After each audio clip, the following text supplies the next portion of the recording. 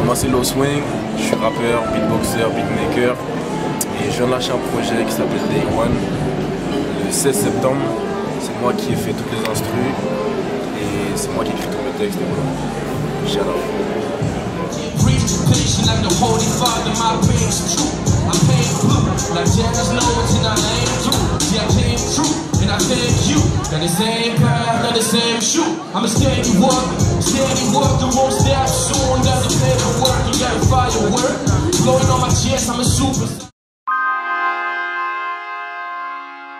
Ok, bah c'est très simple. Low swing.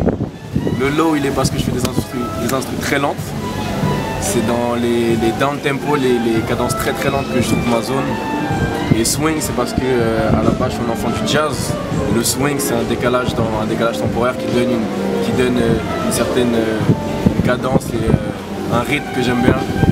Et donc je me suis approprié ce truc là parce que ça construit un peu toute ma personnalité musicale. Voilà, c'est lui tout seul et c'est resté au swing. À un moment donné, quand je voulais finir mes projets, en fait, sans dépendre de quelqu'un, je me suis mis à rapper tout seul et c'est l'anglais qui est sorti. À l'époque, j'étais aux États-Unis, j'étais à San Francisco et voilà, c'est né comme ça, c'est resté. Et voilà quoi. L'anglais, c'est la langue avec laquelle je suis le plus familier pour rapper, les plus rythmiques, enfin pour moi, les plus fluides. Il y en a qui disent que c'est plus facile parce que l'anglais, tout passe bien avec de l'anglais même si on dit de la merde. Mais après voilà, j'essaie de pas dire de la merde, j'essaie de jouer avec le rythme aussi, voilà.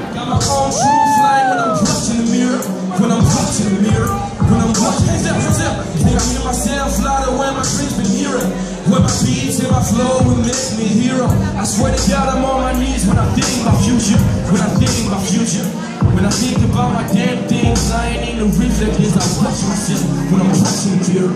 When I'm watching the mirror.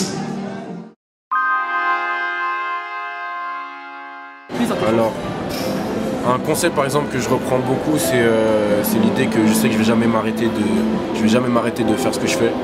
C'est-à-dire que depuis que j'ai lâché ce projet-là, ça m'a fait comprendre aussi que je vais jamais arrêter. Je kiffe trop ce truc, je vais jamais arrêter. Après les autres concepts, ça dépend. Par exemple, dans Reality, je parle de la notion de perception, que la perception n'est pas à travers nos sens, elle est à travers notre esprit, donc on peut changer notre esprit et donc changer la réalité, tout ça. Après, je parle de quoi? Dans Alcohol Feels Right, c'est le premier son que j'ai enregistré. C'est simplement, je me mets dans la peau de quelqu'un qui noie ses soucis dans l'alcool, comme beaucoup de personnes, mais qui arrive à donner une romance à tout ça, même si c'est une forme de tragédie. Voilà, ça garde un charme. Voilà, après il y a Gold Rush, le son où je suis avec deux de mes acolytes, Nai et Gislo, où je parle de la notion de chercher la petite pépite d'or, plutôt que de chercher ce que tout le monde suit. Tu cherches ta petite pépite d'or ou bien tu prends un rocher et en le sculptant tu fais ta pépite d'or avec ça. Voilà, je pense que différents concepts comme ça.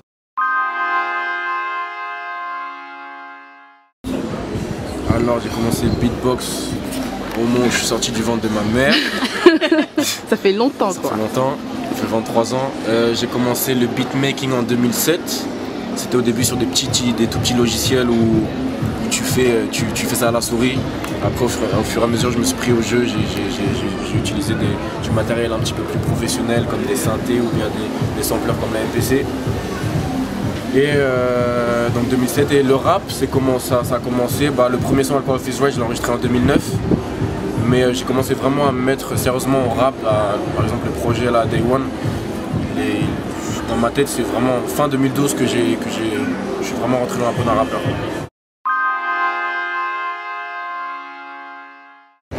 Alors mes influences artistiques, c'est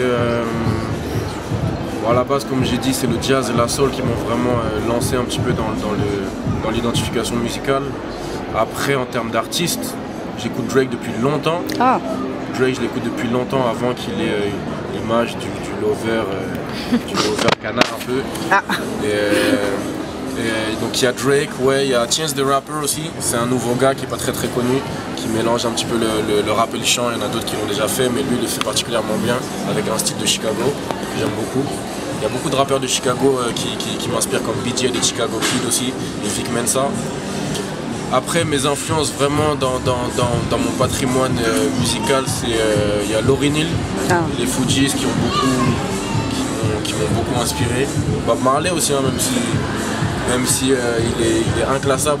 C'est un qui m'a beaucoup inspiré avec des sons qui peuvent être faciles. C'est-à-dire que c'est des accords qui sont faciles à faire, c'est même des paroles qui sont faciles à dire, mais il donne une énergie que j'aime beaucoup. Ouais, j'aime bien réussir à atteindre ce level. Et voilà, après c'est un petit peu à droite à gauche mes origines, mes racines africaines qui me donnent aussi un côté rythmique que j'aime bien.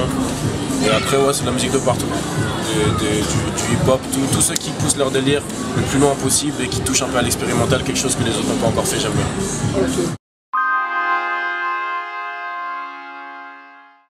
Le son du jour, ce serait... T'as le droit de dire un de tes sons, hein?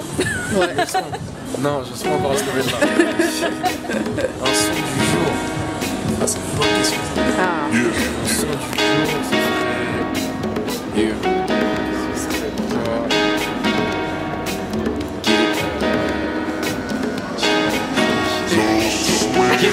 Tu vois, parce que t'as fait cette question, là, pendant que... Non. Je me pose la question tout à l'heure. Mon son du jour, ouais, je dirais Vic Mensa Orange Soda. Ok, bon, on ira écouter alors. On est sur YouTube. Bah alors moi à la base j'ai toujours dit que je suis un beatmaker en premier lieu, je resterai toujours un beatmaker. Mais maintenant depuis que j'ai fait cette mixtape et que je me suis surpris moi-même à prendre un plaisir et un réel intérêt pour ce délire du rap et de finir les projets, de construire un vrai album, des concepts et tout, maintenant j'avoue que j'hésite en fait. C'est vrai que le rap aussi ça donne lieu à une interprétation que j'aime bien. Mais ouais sinon moi je suis à la base de prédilection, je suis beatmaker quoi, je suis compositeur musical.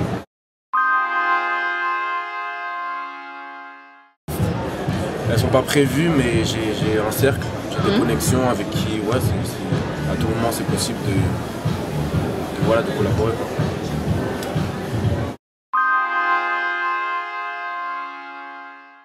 Alors pour le moment mes projets c'est me consacrer sur les lives, j'aimerais bien beaucoup tourner, j'aimerais bien faire découvrir Day One à plus de personnes possible, que ce soit en France ou ailleurs.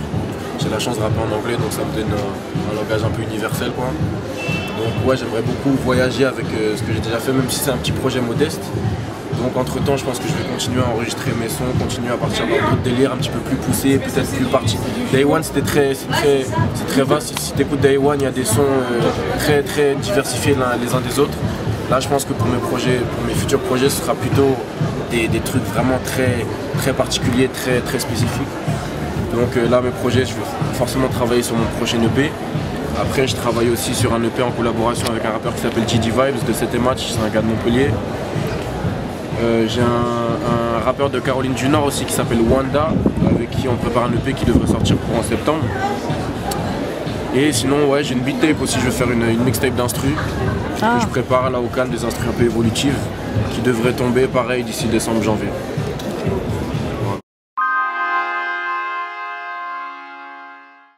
Est-ce que tu arrives à en vivre pour l'instant? Pas du tout.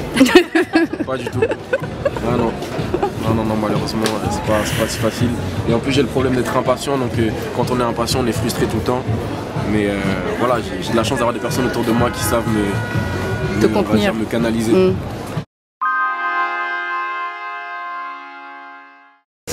Donc, je vois que tu as des baskets aux pieds. Ouais. Est-ce que c'est une passion pour toi? Non. C'est pas une passion, mais j'ai quand même un goût pour le style vestimentaire. C'est vrai que l'image, c'est important.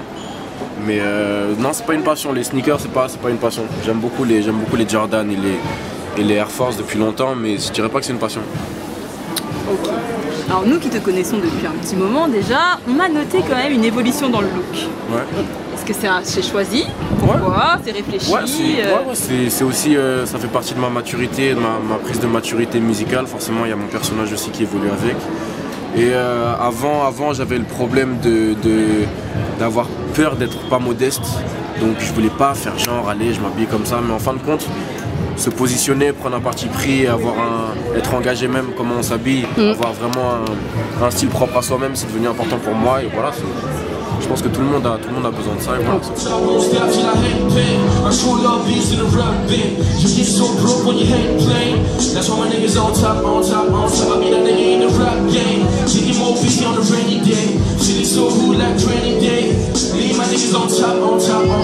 Big up à Kiss, merci pour le blog, merci pour l'interview.